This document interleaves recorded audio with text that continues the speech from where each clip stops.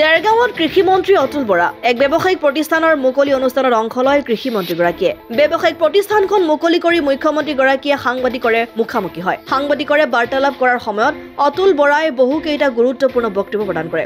অতুল বৰাই লোকসভা নিৰ্বাচন সন্দৰ্ভত বক্তব্য প্ৰদান কৰি কয় যে এইবাৰৰ নিৰ্বাচনত বিৰোধী মিত্ৰজোঁটে সাংঘাতিক বিপৰ্যয়ৰ সন্মুখীন হ'ব। অসমৰ ৰাইজ বিকাশৰ পক্ষত থাকিব। বিৰোধী দলসমূহৰ পৰা ৰাইজে কোনো কাৰণতে একো নাপায়, সেইকাৰণে ৰাইজ চৰকাৰৰ পক্ষত থাকিব। ৰাইজ আজি সচেতন হৈছে। কংগ্ৰেছে টেঙা আম বাৰে বাৰে বিক্ৰীব নোৱাৰে। বিৰোধীৰ ঐক্যক নাটক আখ্যা অতুল বৰাৰ। তেওঁৰ মতে এইবাৰ বিৰোধী ঐক্যৰ ট্ৰেজিক এণ্ডিং হ'ব। ৰাজ্যৰ 14খন আসনতে অগপ বিজেপি মিত্ৰজোঁটৰ প্ৰাৰ্থীসকল বিজয়ী হ'ব বুলি অতুল বৰাৰ বক্তব্য।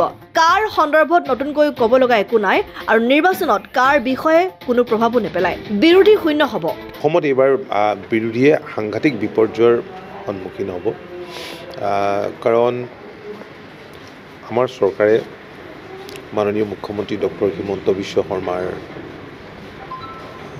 নেতৃত্বত ৰাজ্যখনত তেখেতে দায়িত্ব লোৱাৰ পিছৰে পৰা এতিয়ালৈকে ৰাজ্যখনৰ বিকাশৰ কাৰণে যিমানবোৰ কাম হৈছে, ডেভেলপমেণ্ট হৈছে, আৰু যিদৰে ৰাজ্যখনৰ সকলো শ্ৰেণীৰ জনসাধাৰণ উপকৃত হৈছে,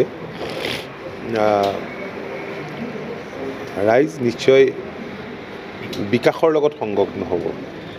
কাৰণ যাৰ পৰা কোনো আশা কৰিব নোৱাৰি, সেই ৰাজনৈতিক দলৰ লগত স্বাভাৱিকতে নাথাকিব।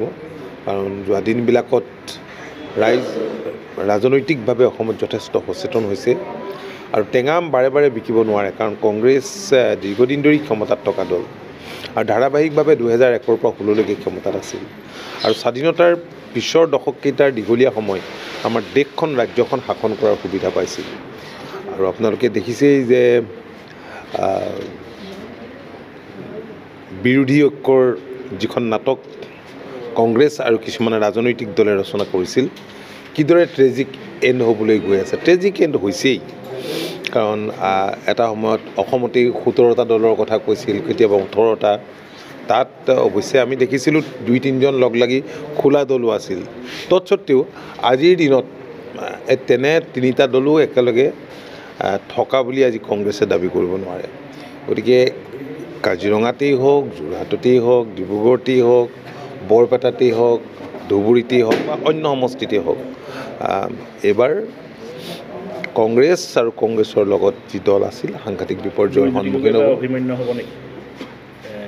মইতো কৈছোৱেই যে আমাৰ মিত্ৰ দলে NDAৰ অংশীদাৰ অসম গণ পৰিষদ UPPলৈকে ধৰি মূল দল ভাৰতীয় জনতা পাৰ্টীয়ে ৰাজ্যখনত 14খন আসনত প্ৰতিদ্বন্দ্বিতা কৰিছে। মই ভাবোঁ যে এই 14খন আসনতেই আমি জয়লাভ কৰিবলৈ আমি গভীৰ আশাবাদী। আজি দুদিনৰ আগত বৰপেটাত, দুদিনৰ আগত নহয়, পৰহি যিখন সভা বৰপেটাত অনুষ্ঠিত হৈছিল, এখন বিশাল জনসভা, যি জনসভাক সম্বোধন কৰিছিল ভাৰতীয় জনতা পাৰ্টীৰ প্ৰাক্তন ৰাষ্ট্ৰীয় অধ্যক্ষ প্ৰতিৰক্ষা মন্ত্ৰী ৰাজনাথ সিং ডাঙৰীয়াই। তাত যৌথ সভা এখন আছিল, হাজাৰ হাজাৰ লোকৰ সমাৱেশ হৈছিল। আৰু এই কথা অতি স্পষ্ট হৈ গ'ল সেইটো দিনত যে সমষ্টি পুনৰ নিৰ্ধাৰণৰ পাছত সেই এলেকাটোত ৰাইজে এগৰাকী ভাল প্ৰাৰ্থীক জিকাবলৈ আশাৰে বাট চাই আছে। আৰু ফণীভূষণ চৌধুৰী ডাঙৰীয়া হৈছে NDAৰ প্ৰাৰ্থী, যিগৰাকী 1985ৰ পৰা 85 চনৰ পৰা এতিয়ালৈকে ধাৰাবাহিকভাৱে অসম বিধানসভালৈ নিৰ্বাচিত হৈছে 8মবাৰৰ বাবে। গতিকে এজন যোগ্য প্ৰাৰ্থীক পাইছে, ৰাইজ আনন্দিত। আৰু ধুবুৰীটো ভাল হ'ব। কাৰ ক্ষেত্ৰত আমি অগপই নতুনকৈ ক'বলগীয়া মই ভাবোঁ যে একো নাই। কাৰণ আপোনালোকে জানে আমাৰ স্থিতি সম্পৰ্কত, গতিকে নতুনকৈ মই এই বিষয়ত একো নকওঁ। আৰু ইয়াৰ প্ৰভাৱ নিৰ্বাচনত যে নপৰে সেই কথা একেবাৰে নিশ্চিত, কাৰণ 21 চনৰ নিৰ্বাচনতো পৰা নাই। আজি এক যোগদান কাৰ্যসূচী আপোনাৰ নেতৃত্বত আজি বৃহৎ যোগদান কাৰ্যসূচী অনুষ্ঠিত হৈছে, কি ক'ব? যোৱাকালি যথেষ্ট সংখ্যক কংগ্ৰেছ দলৰ লোকে জইন কৰিছে আজিও অসম গণ পৰিষদ দলৰ জিলা সমিতিৰ কাৰ্যালয়ত জইন কৰিছে আৰু আহি থকা দিনবিলাকত আপোনালোকে দেখিব আৰু বহু লোক অসম গণ পৰিষদ দললৈ আহিছে ৰঙামাটি অনুসূচিত জাতি এজন যুৱক আপুনি বেয়া ব্যৱহাৰ কৰিছে বুলি সংবাদ মাধ্যমত কিমান সঁচা কিমান এইটো বোকাত সোমাব নোৱাৰে বুলি কৈছে মই দেখোন এইকেইদিন সোমাই আছোঁ কালি অনুসূচিত জাতিৰ লোকে যোগদান কৰিছে অনুসূচিত জাতিৰ বাবে আমি অনুসূচিত জাতিৰ যি আমাৰ ডেভেলপমেণ্ট কৰ্পৰেশ্যন আছে বা আমি আমাৰ সমষ্টিটোত কেইবাটাও তেনেধৰণৰ কমিউনিটি হল আমি দিছোঁ এইবিলাকো কৰি আছোঁ চাওক প্ৰথম কথা হ'ল যে মোক মানুহে চিনি পায় মই কেনেকৈ মানুহক আচৰণ কৰোঁ মোৰ আচৰণত কি ওলাই নোলায় এই কথাখিনি মোৰ মুখৰ পৰা কি ওলাব পাৰে এই কথা মানুহে জানে মই সেইকাৰণে গুৰুত্ব দিয়া নাই কাৰণ এনেবোৰ মানুহ গোটেই জীৱনটোত ছাত্ৰাৱস্থাৰ পৰা বহুতবাৰ লগ পাইছোঁ আৰু মই ভাবোঁ যে ৰাইজে এইবিলাক কথা